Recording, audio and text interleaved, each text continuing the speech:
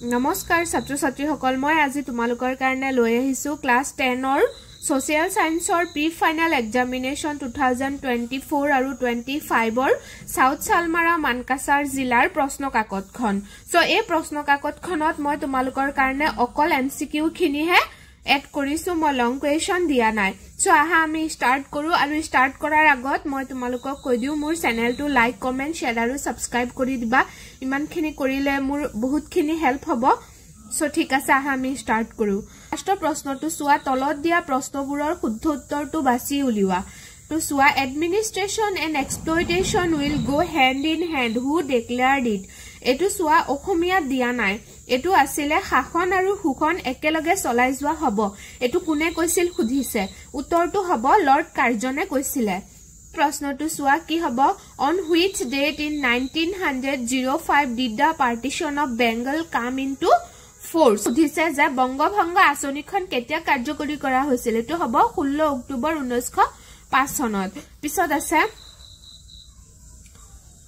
অসহযোগ আন্দোলনৰ ইতিবাচক দিশবোৰ আছিল এতিয়া অসহযোগ আন্দোলনৰ ইতিবাচক দিশবোৰ আমাক খুজিছে অস্পৃশ্যতা দূৰীকৰণ মাদক দ্ৰব্যৰ ব্যৱহাৰ নিষিদ্ধকৰণ চৰকাৰী শিক্ষানুষ্ঠান বৰ্জন এটো কিন্তু ইতিবাচক নাছিল এটো এটা নেতিবাচক দিশ আছিল আৰু আছিল হিন্দু মুছলমানৰ মাজত এক ঐক্য সাধন এটো আছিল ইতিবাচক দিশ এটো আছিল নেতিবাচক দিশ এতিয়া 4 নম্বৰটো হ'ব তলত দিয়া ঐতিহাসিক ঘটনাসমূহৰ প্ৰথমৰ পৰা শেষলৈ শুদ্ধ ক্ৰমটো চিনাক্ত কৰা প্ৰথমতে এতিয়া এটোতে মই লিখি দিছিলো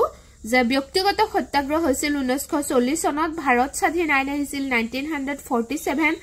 ভাৰতীয় আন্দোলন 1942 আৰু সাম্প্ৰদায়িক বাটোৱাৰা 1932 এনসাৰটো শুদ্ধ হ'ব পিছত আছে 5 নম্বৰ প্ৰশ্ন 5 নম্বৰ প্ৰশ্নটো হ'ব কোনটো আন্দোলনৰ সময়ছোৱাত গান্ধীজীয়ে কৰিম কিম্বা মৰিম স্লোগানটো দিছিল এটো আছিল ভাৰতীয় আন্দোলন পিছত 6 নম্বৰ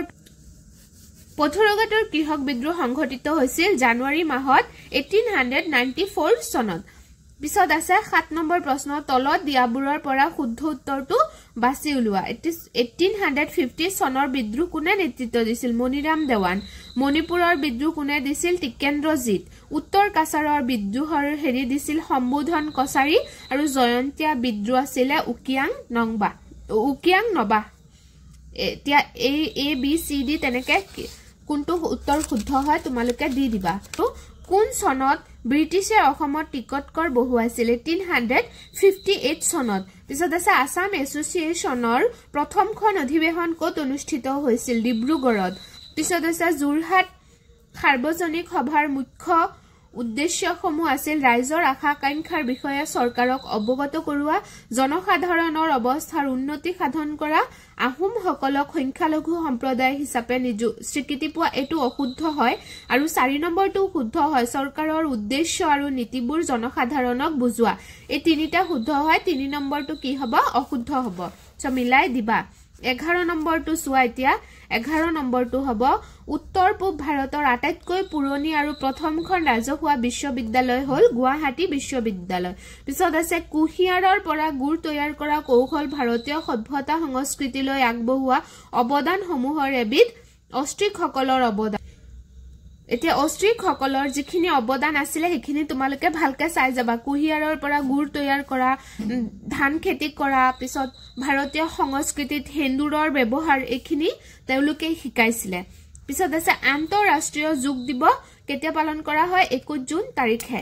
2015 চনত ৰাষ্ট্ৰসংঘই ঘোষণা কৰিছিল যে 21 জুন তাৰিখৰ পৰা কি দিব পালন কৰা হ'ব যোগ দিব পালন কৰা হ'ব সো তোমালোকে তেনেকে মনত ৰাখিবা তলত দিয়াবোৰ উপযুক্ত পছন্দৰ সৈতে মিলোৱা অৰ্থশাস্ত্ৰ কোনে লিখিছিল কৌটিল্য লিখিছিল কথা গীতা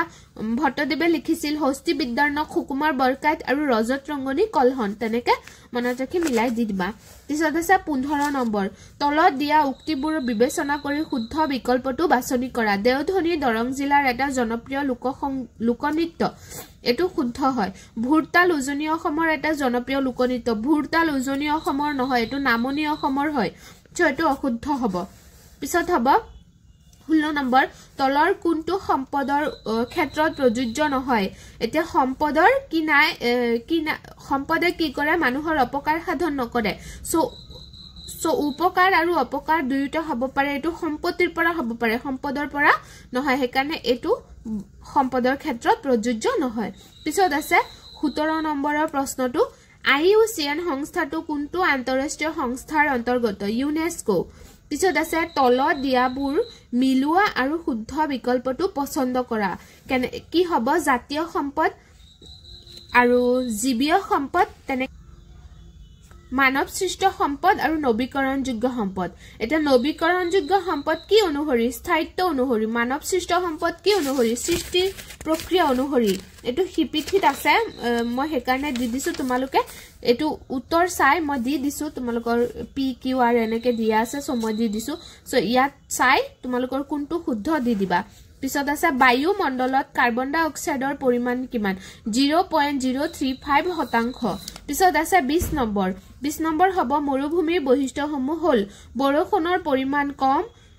এটো কি হ'ব পৰিবেশটো হেমেকা নহয় পৰিবেশ খৰাং গছগছনি কম পিছত বাষ্পীভৱন কম একেটা সো 1 আৰু 3 শুদ্ধ হ'ব পিছত আছে পৃথিৱীৰ দ্বিতীয় বৃহত্তম দেশখন হল কানাডা আৰু 1 নম্বৰটো হল কি ৰাছিয়া এছিয়া আৰু আফ্ৰিকা মহাদেশক কোনখন মহাসাগৰে পৃথক কৰিছে লোহিত সাগৰে পৃথক কৰিছে 23 নম্বৰটো সোৱা উপযুক্ত পছন্দৰ সৈতে তলত দিয়াবোৰ মিলাই শুদ্ধ বিকল্পটো বাছি উলিওৱা এটো হ'ব এভাৰেষ্ট শৃংগ কিলিমানজাৰো এই সাইডত সোৱা মই দি দিছো হা তোমালোকে যেহেতু এটো কি মেকিনলে শৃংগ আৰু টিটিকাকাও হয় এটো এনেকে 3 to A হ'ব 4 to B হ'ব মই এনেকে দি দিছো কাৰণ এটো অলপ ইপিটি হৈ যায় তো অলপ প্ৰবলেম হৈ যায় পিছত 24 নম্বৰটো সোৱা 2011 চনৰ ভাৰতৰ লোকপ্ৰিয়লৰ তথ্যমতে ভাৰতত মুঠ জনসংখ্যাৰ কিমান শতাংশ লোক অসমত বাস কৰে 2.6% লোক আছে অসমৰ আগমন ঘটা দ্বিতীয়টো জনশ্ৰুত আছিল তিব্বতীয় বৰ্মন ভাষা কোৱা মংগোলীয় সকল নম্বৰ প্ৰশ্নটো নিম্নলিখিত উক্তবোৰ বিবেচনা কৰি সঠিক বিকল্পটো বাছি উলিওৱা এটো হ'ব চাহ অসমৰ প্ৰধান শস্য পিছত আছে চাহ উদ্যোগ কৃষি অসমৰ আটাইতকৈ বৃহৎ কৃষি ভিত্তিক উদ্যোগ দুয়োটাই শুদ্ধ পিছত আছে 27 নম্বৰ উত্তৰ পূব সীমান্ত ৰেল মণ্ডলৰ মুখ্য কাৰ্যালয় ক'ত অৱস্থিত মালিগাঁৱত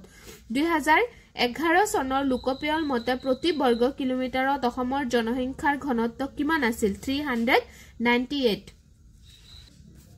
ভাৰতৰ সংবিধান সভাৰ প্ৰথমখন বৈঠকত কোনে সভাপতিত্ব কৰিছিল সচিদানন্দ সিনহা আৰু এই বৈঠকতে কি হৈছিল ডক্টৰ ৰাজেন্দ্ৰ প্ৰসাদক স্থায়ী সদস্য হিচাপে ঘোষণা কৰা হৈছিল সো প্ৰথম সভাপতি কোন আছিল সচিদানন্দ সিনহা আৰু স্থায়ী সভাপতি আছিল ৰাজেন্দ্ৰ প্ৰসাদ পিছত আছে 30 নম্বৰ প্ৰশ্ন তলৰ উক্তি আৰু যুক্তি বিবেচনা কৰি শুদ্ধ বিকল্পটো বাছি উলিওৱা এ হ'ব ভাৰতীয় যুক্তৰাষ্ট্ৰীয় ব্যৱস্থা এক সহযোগিতামূলক যুক্তৰাষ্ট্ৰ এটো শুদ্ধ হ'ব পিছত আছে ভাৰতীয় যুক্তৰাষ্ট্ৰীয় ব্যৱস্থা কেন্দ্ৰ ৰাজ্যৰ সহযোগিতাৰ ওপৰত মূলত নিৰ্ভৰশীল এটো শুদ্ধ হ'ব এতিয়া উত্তৰটো মিলাই তোমালোকে দি দিবা কোনটো হ'ব পিছত আছে 31 নম্বৰ প্ৰশ্ন ভাৰতবৰ্ষত ৰাষ্ট্ৰীয় মানৱ অধিকাৰ আয়োগৰ সভাপতিজন হল উচ্চতম ন্যায়ালয়ৰ এজন প্ৰাক্তন মুখ্য ন্যায়াধীশ হ'ব লাগিব এটো ক'ত আছে প্ৰাক্তন মুখ্য ন্যায়াধীশ ইয়াত আছে পিছত আছে উপযুক্ত বিকল্পৰ সৈতে নিম্নলিখিতবোৰ মিলুৱা উত্তৰটো হ'ব নিৰস্ত্ৰীকৰণ আয়োগ 1952 আংশিকভাৱে আণৱিক অস্ত্ৰ সংকোচন চুক্তি এটো ডি হ'ব 1963 3 নম্বৰটো এ হ'ব পাৰমাণৱিক অস্ত্ৰ পৰীক্ষা নিষিদ্ধকৰণ চুক্তি 1968 আৰু পাৰমাণৱিক অস্ত্ৰ পৰীক্ষা নিষিদ্ধকৰণ চুক্তি এটো 1996 এনেকে তোমালোকে মনত ৰাখিবা জিমান দিয়া আছে সল্ট 1 সল্ট 2 স্টাৰ্ট 1 স্টাৰ্ট 2 এবিলাকো মনত কৰিবা যিকোনো এটা আহি যাব পাৰে বিশ্ব মানৱ অধিকাৰ দিৱস কোন তাৰিখে পালন কৰা হয় এটো হ'ব 10 ডিসেম্বৰ তাৰিখে পিছত আছে ৰাষ্ট্ৰসংঘৰ মুখ্য কাৰ্যালয় ক'ত নিউয়ৰ্ক চহৰত অৱস্থিত পিছত আছে ৰাষ্ট্ৰসংঘৰ নিৰাপত্তা পৰিষদৰ স্থায়ী সদস্য কেইজন এটো হ'ব 5 জন পিছত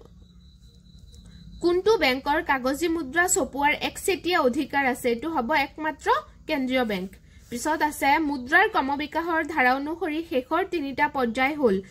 অমুদ্ৰিত ধাতু মুদ্ৰা পিছত আহিছিল ধাতু মুদ্ৰা পিছত আহিছিল কাগজী মুদ্ৰা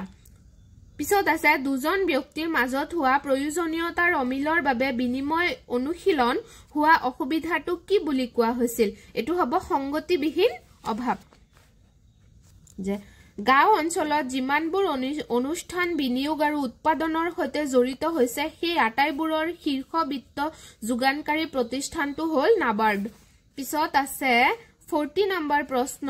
তলৰ কোনটো পৰিসম্পদৰ সৰ্বাধিক তাৰল্য গুণ আছে এটো হ'ব মুদ্ৰা কেতিয়া প্ৰথমখন মানৱ উন্নয়ন প্ৰতিবেদন প্ৰকাশ হৈছিল 1990 চনত যি প্ৰক্ৰিয়াত অৰ্থনৈতিক উন্নয়নৰ সুফলবোৰ সমাজৰ প্ৰতিটো শ্ৰেণীৰ লোকলৈ সুনিশ্চিত কৰা হয় সেই প্ৰক্ৰিয়াটোক বিত্তীয় অন্তৰ্ভুক্তিকৰণ বোলে পিছত আছে 43 নম্বৰ ব্যক্তিগত খণ্ড আৰু ৰাজহুৱা খণ্ডৰ সহবাসস্থান থকা অৰ্থনৈতিক ব্যৱস্থাটোক মিশ্ৰিত অৰ্থনীতি বোলে দেশ এখনৰ অৰ্থনীতিৰ সৈতে বিশ্বৰ অন্যান্য দেশৰ অৰ্থনীতিৰ সংযোগ স্থাপন সংহতি সাধনক গোলকীকৰণ বোলে 45 নম্বৰ প্ৰশ্নটো চোৱা ভাৰতৰ অৰ্থনৈতিক পৰিকল্পনাৰ প্ৰথম চোৱাত ৰাজহুৱা খণ্ড অৰ্থনীতিৰ শীৰ্ষস্থানৰ খণ্ড আছিল আৰু 2 নম্বৰটো আছে ব্যক্তিগত খণ্ডৰ ভূমিকা গৌণ আছিল সো 1 আৰু 2 দুইটাই শুদ্ধ হ'ব সো এখিনি হৈ গল 45 টা প্ৰশ্ন আছিল আৰু লং কোৱেশ্চন খিনি তোমালোকে চাই লোৱা স্ক্ৰিনশ্বট মাৰি লবা যদি দৰকাৰ হয় তোমালোকৰ মই এখিনি নিদিও কাৰণ এখিনি বহুত লং হয় আৰু প্ৰবলেমো হৈ যাব দিলে ভিডিও বহুত লং হৈ যায় সো তোমালোকে লিখি লবা কি কৰা কৰিবা ভালকে